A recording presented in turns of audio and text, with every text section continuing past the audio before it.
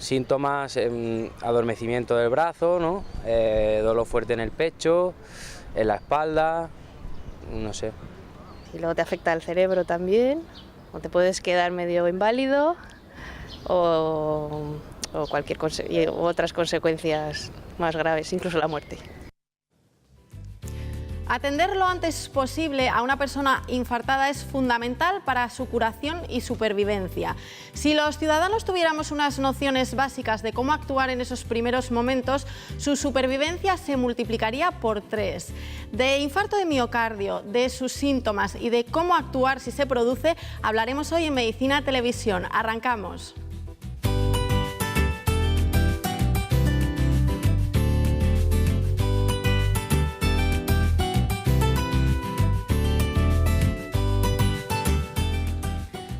Hablaban al principio en la calle de adormecimiento de brazos, bueno, de algunos síntomas, pero quizás lo importante es concienciarse de que actuando desde el primer momento se evitarían muchas muertes, ¿no?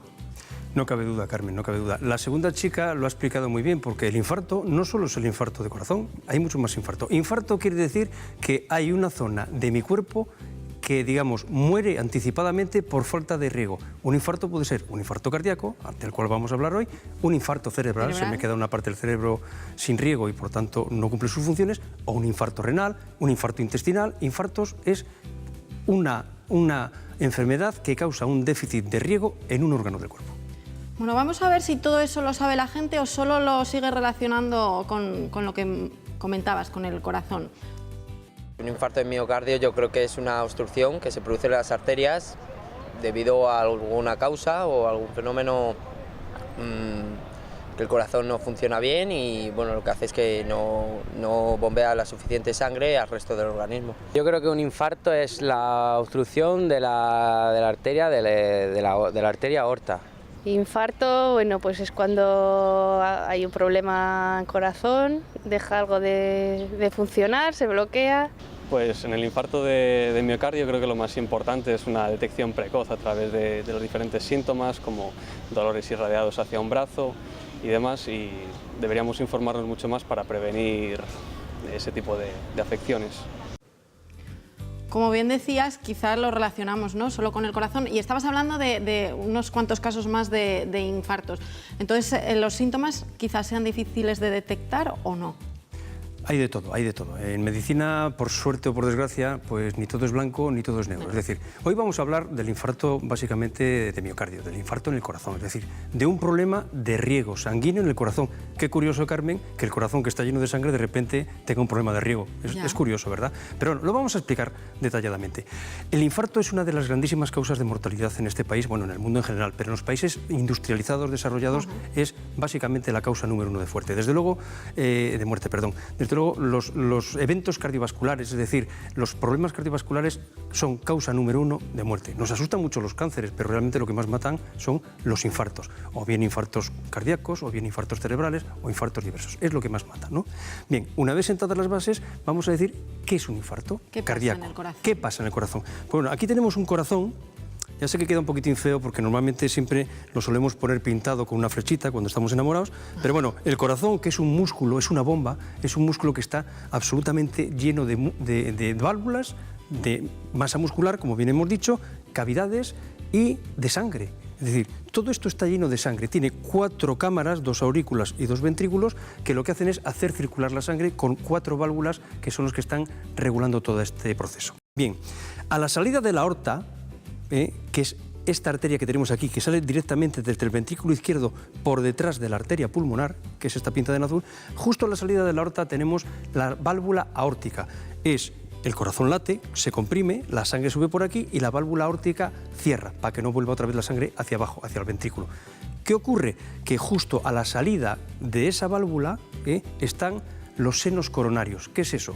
Pues unas arterias que desde ahí van a parar, como ven ustedes aquí, en color rojo, y por este otro lado también, van a parar para dar la suficiente alimentación de sangre y oxígeno a nuestro corazón. ¿Qué ocurre cuando hay un infarto? Pues, por ejemplo, todo este músculo está regado por esta arteria. ¿Qué ocurre si esta arteria de repente algo lo obstruye? Pues sencillamente que de aquí para abajo toda esta parte del corazón nos quedaríamos sin riego. Vuelvo a decir que qué curioso, Carmen, que estamos llenos de sangre y resulta Sí, que no porque tenemos suficiente. ¿Qué lo obstruye? Lo obstruye, como norma general, suele ser una placa de ateroma. ¿Qué es una placa de ateroma? Una placa de ateroma es un depósito de colesterol.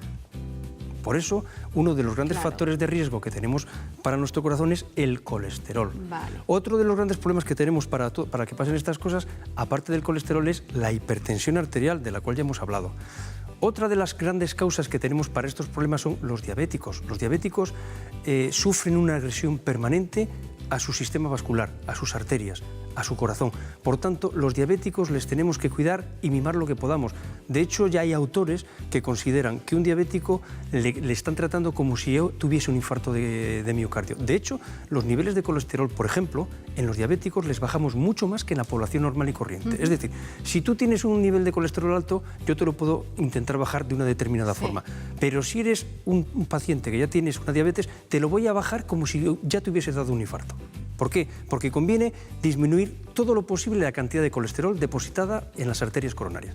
Volvemos otra vez a los factores de riesgo. ¿Cuáles son los factores de riesgo para tener el infarto de miocardio? El principal, tabaco. Principal causa de infarto cardíaco. Segundo, colesterol elevado, hipertensión, diabetes, falta de ejercicio. Volvemos a lo de siempre. La alimentación y el ejercicio físico es lo que más infartos puede evitar, mucho más que todos los medicamentos y todos los avances de la medicina juntos. Alimentación, ejercicio físico y dejar de fumar evitaría muchas más muertes y muchos más infartos que todos los inventos que hemos tenido en la sanidad a fecha de hoy. Por tanto, tenemos que volver al principio, tenemos que empezar a cuidarnos desde niños. Una vez que sabemos lo que es el infarto, ¿qué síntomas tiene el infarto? Los síntomas del infarto son muy variados. Por ejemplo, lo clásico es un dolor en el pecho, que más que dolor el paciente te lo describe como opresión, es decir, como si te estuviesen atenazando, como si te estuviesen metiendo en una cámara donde no puedes casi que ni respirar. Es un dolor muy fuerte, tan fuerte que habitualmente utilizamos la morfina de entrada. Lo utilizamos. Bien, aparte de la opresión que te puede dar, es característico no un adormecimiento del brazo, sino dolor en el brazo izquierdo. En el izquierdo. En el izquierdo. ¿Por qué? Es un dolor que nosotros llamamos reflejo. El brazo no tiene nada, pero en cambio tenemos un dolor reflejo. Bien, otro síntoma característico puede ser un dolor de mandíbula. Un dolor de cuello, de la parte anterior del cuello y de la mandíbula, tremendamente intenso. Y tampoco es muy raro ver un dolor entre las paletillas, entre las escápulas. También un dolor opresivo, que te está atenazando. Esos son los síntomas clásicos. Luego además vienen otra serie de síntomas acompañantes. Sudoración. Es una característica del infarto. Habitualmente sudan en frío.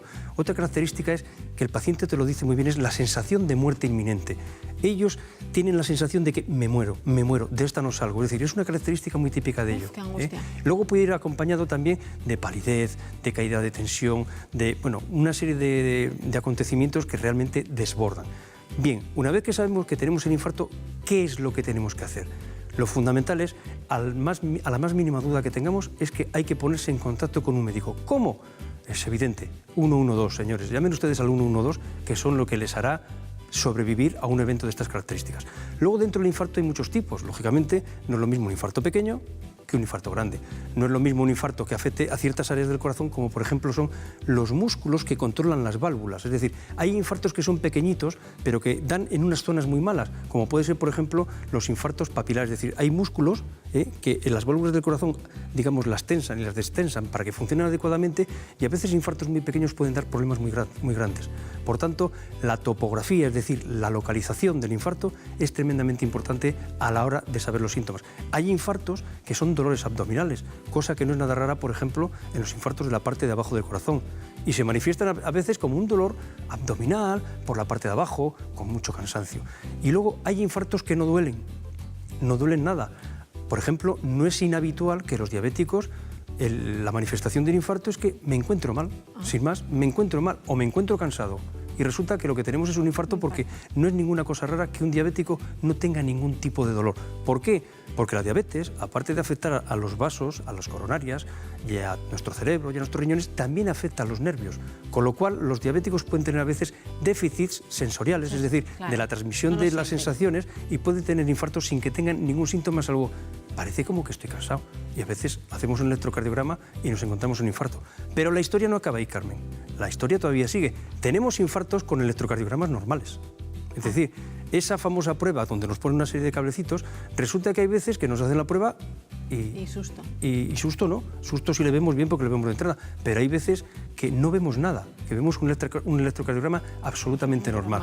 Por tanto, el diagnóstico del infarto es a priori siempre clínico, es decir, yo como médico, el paciente me cuenta los síntomas, yo hago una exploración con mi fonendo y con mi aparato de tensión y el electrocardiograma que tenemos en la consulta siempre, pero tanto lo que yo oigo como los síntomas que me cuenta el paciente, como los datos que me da el electrocardiograma y el registro de su presión arterial, son datos que yo luego proceso aquí arriba y me hacen dilucidar si tiene o no tiene un infarto, al menos la sospecha.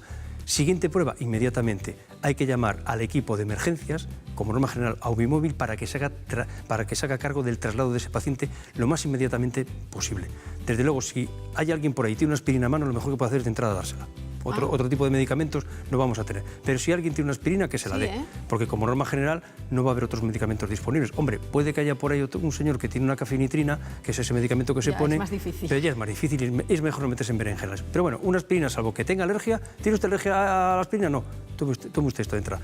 Se llama al SAMUR, el SAMUR acude con sus médicos y sus enfermeras, estabilizan al paciente, que es fundamental, y lo trasladan lo más rápidamente posible al hospital más cercano de referencia, donde se pueden llevar a cabo ciertas técnicas. ¿Cuáles son las técnicas? La rapidez prima, sobre todo. Cuanto más rápidos seamos en desobstruir esa arteria coronaria, más capacidad vamos a tener de que ese paciente tenga los menos síntomas posibles o prácticamente ninguno. Hay muchas técnicas que podemos hablar de ellas. Una de ellas es meter un catéter, es decir, un catéter, digamos que es un alambrito que se le mete o bien por el brazo, por las arterias del brazo, o bien por las arterias a nivel de la ingle, se llega hasta el corazón, y una vez que se llega al corazón, a través de la aorta, es decir, llegaría por la arteria, nos meteríamos en la aorta, y una vez metidos en la aorta, llegaríamos a la coronaria que está afecta en ese momento, y somos capaces de desobstruirlo, directamente sacando el émbolo, la placa de colesterol que ha formado el émbolo, o también podemos meter un stent. Un stent es una especie como de muelle, la gente lo conoce en la calle como el muelle, que es un muellecito que lo que te hace es dilatar la arteria y apartarte todos esos detritus que podemos tener por ahí y que nos obstruyen lo que tenemos. Pero de todo eso hablamos un poquito más adelante. Bueno, yo creo que ya has contado muchas cosas, pero siempre quedan dudas. Vamos a ver las cuestiones que nos plantean en la calle. ¿Cuál es la diferencia entre un infarto de miocardio y una angina de pecho? La diferencia de entrada a veces puede ser muy complicada. De entrada, digamos que incluso hoy en día hemos cambiado la terminología. Ya casi que no hablamos ni de infarto ni de angina. Hablamos de síndrome coronario agudo. ¿Por qué? Porque a priori, hasta que has hecho todas las pruebas, nunca sabes lo que tienes dentro, si lo que tienes es una angina de pecho o lo que tienes es un infarto. Digamos que tradicionalmente se llamaba angina de pecho al dolor más o menos mantenido de segundos a minutos, que se provoca como consecuencia de una obstrucción, al menos parcial, de una de las arterias coronarias. Digamos que la angina de pecho sería una lesión reversible totalmente de una lesión que tengo en una de mis arterias coronarias, mientras que el infarto tradicionalmente sería ya la lesión completa, es decir, hay muerte de las células cardíacas. El músculo del corazón, digamos que fallece, y por tanto eso luego lo tenemos que sustituir por otro tipo de células que no tienen la capacidad funcional de las células musculares, es decir, digamos que ponemos una cicatriz. Es decir, el infarto es la muerte de células cardíacas que posteriormente se sustituirá por una cicatriz, mientras que la angina de pecho, digamos que es que me quedo con poco riego, y te aviso de que me quedo con poco riego, pero luego revierte y vamos a tener un riego normal. Bien, pues yo creo que esta cuestión ha quedado bastante clara. Vamos a ver otra de las preguntas que nos han planteado. Si a mi padre le ha dado un infarto, yo tengo probabilidades de que a mí me dé también. Como todo en medicina, sí o no, depende. Volvemos otra vez a la genética. La genética nos marca mucho, es decir, los genes nos marcan cantidades de los ojos azules que tenemos a los ojos verdes, para lo bueno y para lo malo, efectivamente. La altura que tenemos, incluso la predisposición a engordar, a tener una diabetes, a que nuestro corazón sea de mejor o de peor calidad, a que nuestras arterias y venas sean de mejor y peor calidad. Y lógicamente un componente genético puede haber. Como norma general, digamos que estamos metiendo dentro del saco de algún pequeño factor de riesgo cuando ha habido eventos vasculares, es decir, infartos de miocardios o muertes prematuras en los padres de menos de 50 años.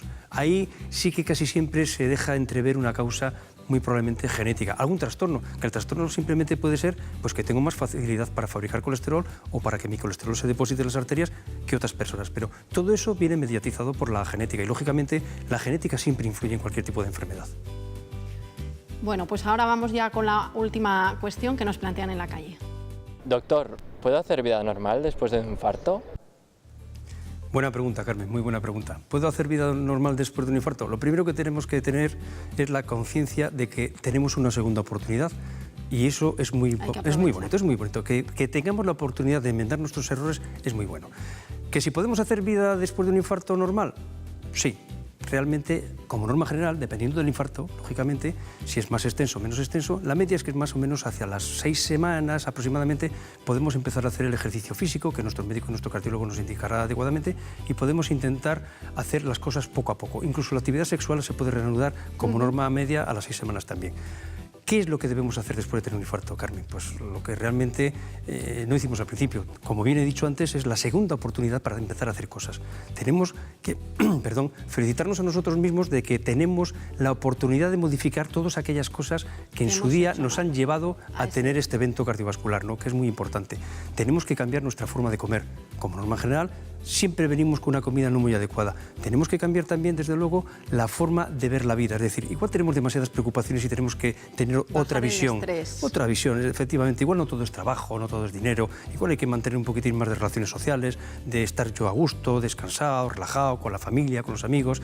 Tenemos que empezar, desde luego, al punto número 1 que se me olvidó antes. Debemos abandonar el tabaco totalmente si es que éramos fumadores. El tabaco es el mayor veneno para la coronaria. Y si somos capaces de abandonar el tabaco, el 50% ya prácticamente lo tenemos hecho.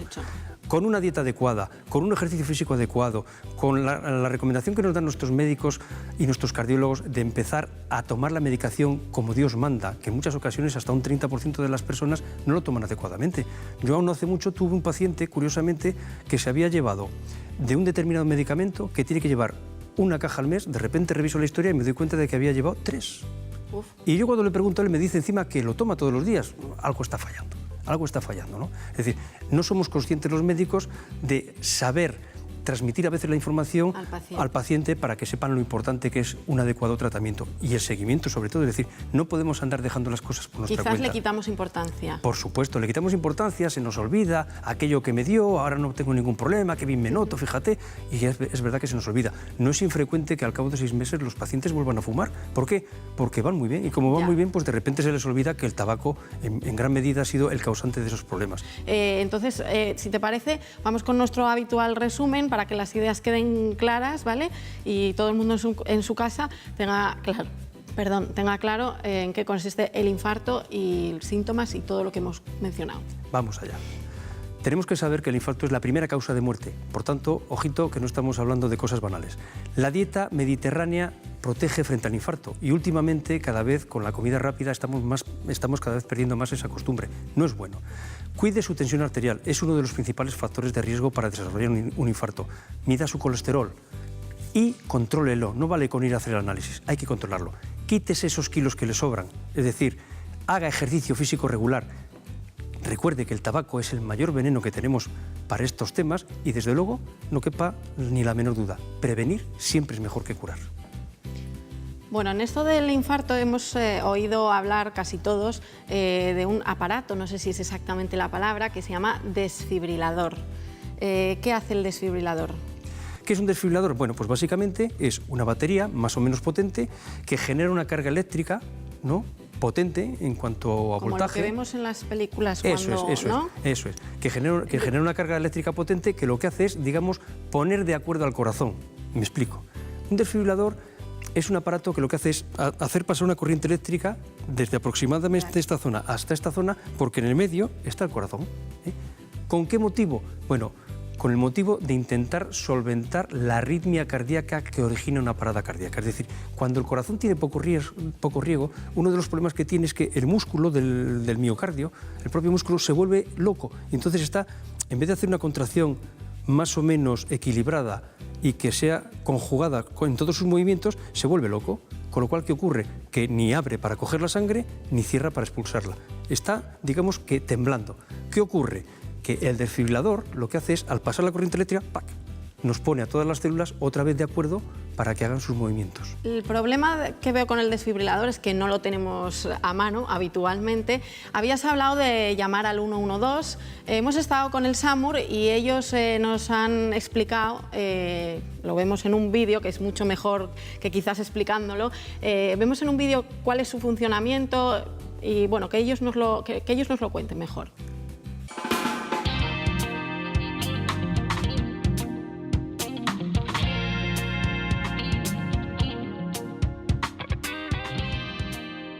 La desfibrilación es una terapia que utilizamos en determinados casos de parada cardíaca. Dos situaciones, la fibrilación ventricular y la taquicardia ventricular sin pulso, que son formas de parada cardíaca, es decir, la persona está en situación de parada cardiorrespiratoria.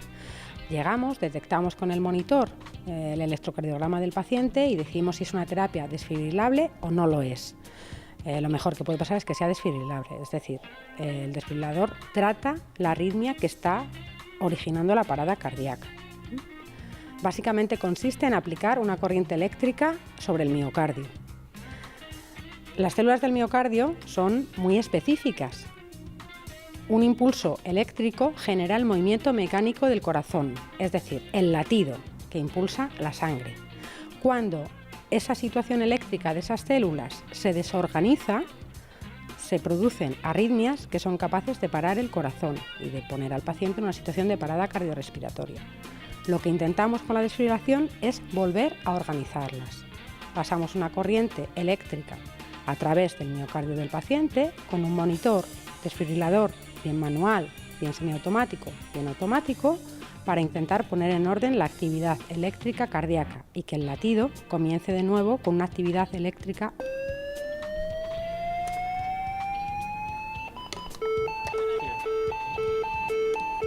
Vamos a ver qué es un desfibrilador manual. Fundamentalmente hay tres tipos, o podemos ver tres tipos de desfibrilador. El monitor desfibrilador manual, que es el que utilizamos los equipos médicos, los hospitales, las UBIs, las salas de urgencias, el manejado por personal médico, y el manejado bien por personal, por técnicos de atención sanitaria, bien por personal lego, el que podemos ver todos en las grandes estaciones de tren, en los aeropuertos, en los grandes centros comerciales, que son desfibriladores externos automáticos o semiautomáticos en el caso de su uso por personal sanitario. La diferencia es que el manual exige conocimientos médicos de interpretación del ritmo cardíaco que vemos en la pantalla y elección manual de rango de energía que vamos a utilizar.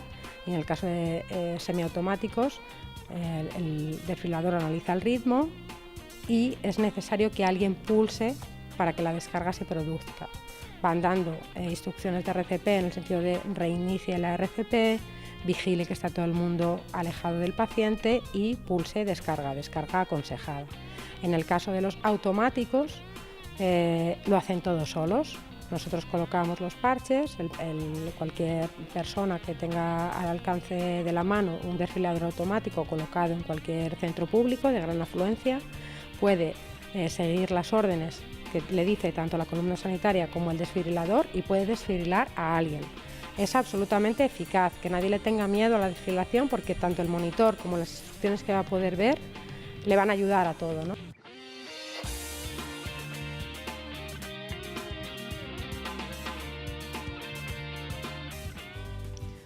Óscar, ¿debería haber desfibriladores en todos los sitios públicos? En todos los sitios públicos, Carmen, no sé, pero desde luego en todos los sitios donde haya afluencia de gente, desde luego. Bueno, vamos a cambiar totalmente de tema, de este tan duro, a otro más dulce. ¿Te gusta el chocolate? Me encanta, el negro sobre todo. Ya, sabía yo, el negro es el más sano, ¿verdad? Sí, desde luego. Vaya por Dios.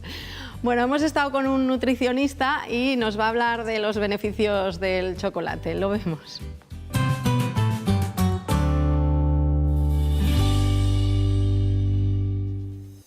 Voy a hablaros brevemente del chocolate.